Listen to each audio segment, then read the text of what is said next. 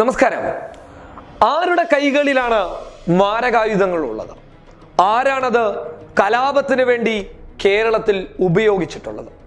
ഇതിനൊരു വ്യക്തത, വസ്തുതാപരമായിട്ടുള്ള ഒരു വ്യക്തത അധികൃതർക്ക് ഇനി ലഭിച്ചില്ല എന്ന് പറയണ്ട.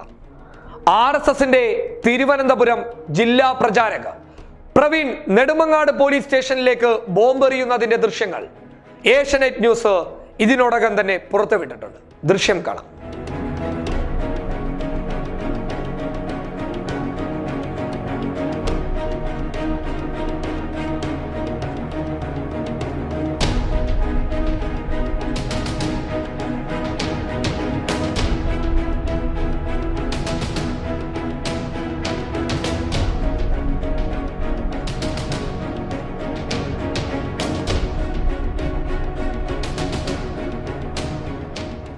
അതോടൊപ്പം എടുത്തു പറയേണ്ടത്, ഭീകരവാദികളെ തപ്പി നടക്കുന്ന മാധ്യമങ്ങൾക്ക് യഥാർത്ഥ ഭീകരവാദികളെ ലഭിച്ചു കാണുമെന്നുള്ള ഒരു സന്തോഷവുമുണ്ട്.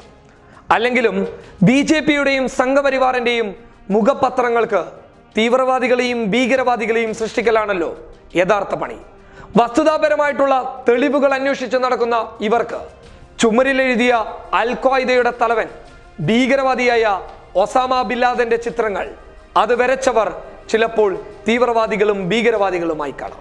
പക്ഷേ പോലീസ് സ്റ്റേഷനിലേക്ക് 4ഓളം ബോംബുകൾ എറിഞ്ഞ ഈ തീവ്രവാദി RSSന്റെ ജില്ലാ പ്രചാരകനെ തീവ്രവാദി എന്ന് തന്നെയല്ലേ വിളിക്കേണ്ടത്?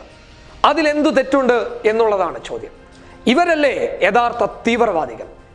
ആചാരത്തെ മുന്നിൽ നിർത്തി, വിശ്വാസത്തെ മുന്നിൽ നിർത്തി നാടുനീടെ ആക്രമണം അഴിച്ചുവിട്ട, തങ്ങൾ ഉണ്ടാക്കിയെടുത്ത ബോംബുകൾ പരീക്ഷിക്കാനുള്ള ഒരു വേദിയാക്കി ഇവരുടെ വിശ്വാസത്തെ ഇവർ മാറ്റി എന്നുള്ളതല്ലേ യഥാർത്ഥ വസ്തുത? ദൃശ്യങ്ങൾ ലഭിച്ചിട്ടും ഒരു വാർത്ത പോലും നൽകാൻ തൻ്റെ ഇടമില്ലാതെ പോയ ചില മുഖപത്രങ്ങളോട് പുച്ഛത്തോടെ പറയുന്നു, നിങ്ങൾക്ക് എന്ത് മാധ്യമധർമ്മമാണുള്ളത്?